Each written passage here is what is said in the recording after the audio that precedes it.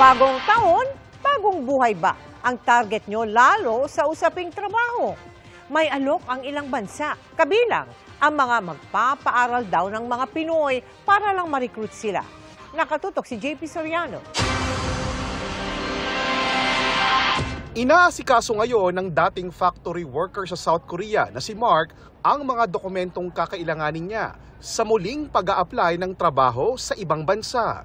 Nabalitaan daw kasi niyang may job opening sa Hungary para sa mga skilled workers gaya niya. Work ka sa office, 8 to 5 job. Yung salary mo, kakainin lang yung pamasahe, pagkain, pagod mo pa yung traffic. Hindi katulad sa ibang bansa na talagang fast-moving lahat. Ayon sa Department of Migrant Workers, 10 hanggang 20,000 Pilipinong manggagawa ang hinahanap ngayon ng Hungary. Nakausap na rin ng mga opisyal ng DMW ang labor officials doon at nakitang maganda ang mga inaalok na nila'y world-class na benepisyo pati pabahay sa mga matatanggap na manggagawa. Meron yung sa factory workers, meron sa agricultural, meron din sa hospitality and IT.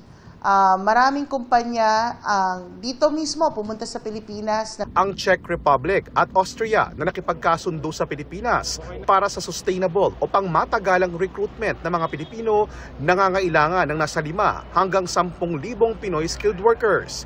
Kapalit ng pagkuha nila ng mga Pilipinong manggagawa gaya ng healthcare workers, magpapaaral sila ng mga nurse at iba pang uri ng estudyante sa Pilipinas para hindi magkaubusan ng mga manggagawa.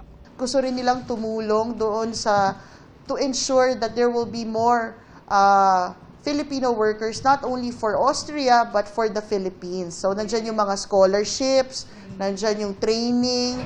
Ang Italy naman, interesado rin daw na kumuha ng mga Pilipinong manggagawa. We might have more and more Filipino and Filipina nurses in Italy, but also in another kind of sector, even more professional than that, even engineers. Naglunsad rin ang Embassy of Italy in Manila at VFS Global ng bago nitong Italy Visa Application Center sa Taguig. Ang Germany, dinalang din daw mga Pilipinong nurse ang kailangan ayon sa DMW.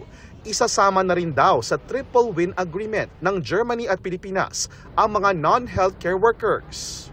Ang maganda rito, as you know, yung opportunity dito hindi lamang para sa ating workers kundi pati sa pamilya nila. Para sa mga nais mag-apply sa mga trabaho abroad, pumunta sa Approved Job Order section sa website ng DMW. Para sa GMA Integrated News, JP Soriano, nakatutok 24 oras. Mga kapuso, kasama nyo kami 24 oras. Mag-subscribe sa GMA Integrated News sa YouTube. Sa mga kapuso abroad, bisitahin ang GMA Pinoy TV at www.gmanews.tv.